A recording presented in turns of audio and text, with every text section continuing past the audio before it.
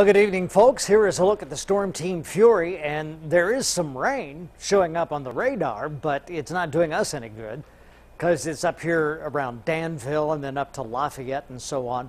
Earlier this afternoon, I had a little rain around Charleston. I had some rain in Effingham. These popped up and then they dissipated. These are what I call popcorn storms. They develop in a hot air mass and actually not all that humid. And we'll look at the relative humidity in just a little bit. It's 95 degrees not right now. The record high is 98, which was set in 1918. Can you really tell the difference? I mean, between 95 and 98 degrees when you go outside? If you're out there, can you really tell the difference?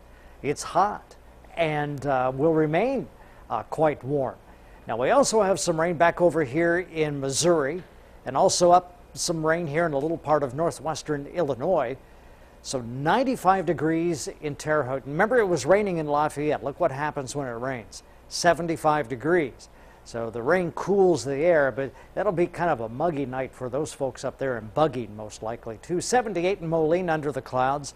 Also a little rain up there. Peoria 92, Springfield 90, Mount Vernon 93, Evansville 92. When it gets hot and dry like this, it really is quite typical that we have temperatures in the mid and upper 90s. And when you add humidity to the air, usually the temperature stays in the lower 90s, but when it gets very dry, we get into the mid and upper 90s. Terre Haute right now 95, Robinson 93, Vincennes 93, Casey 91, Mattoon has 88 degrees. Look at this relative humidity, really, really dry. 33%. You've got to dig a little ways into the ground in order to find any moisture too. So we're really sucking the moisture out of the ground, and the plants are not liking this at all, especially the crops. Casey 42%, Robinson 29%, Linton had 40% relative humidity. Terre Haute has a steady wind at 14, and we also have had some wind gusts of 20 and 25 miles per hour, 20, 22. So when you have very dry conditions, you have a gusty wind. That's why we have these burn bans.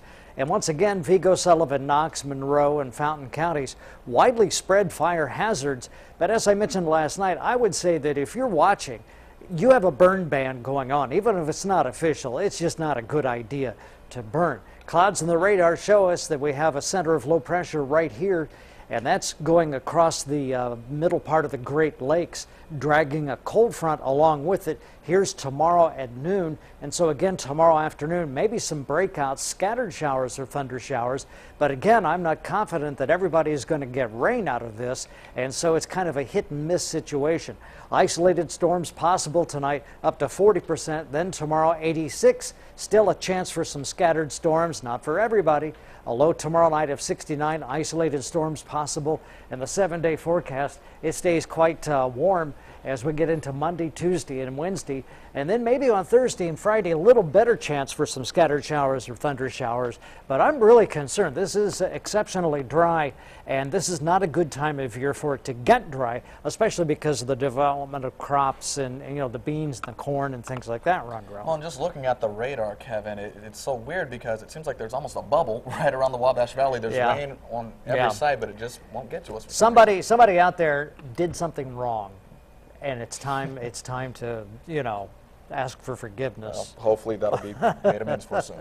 All right, thank you very much, Kevin.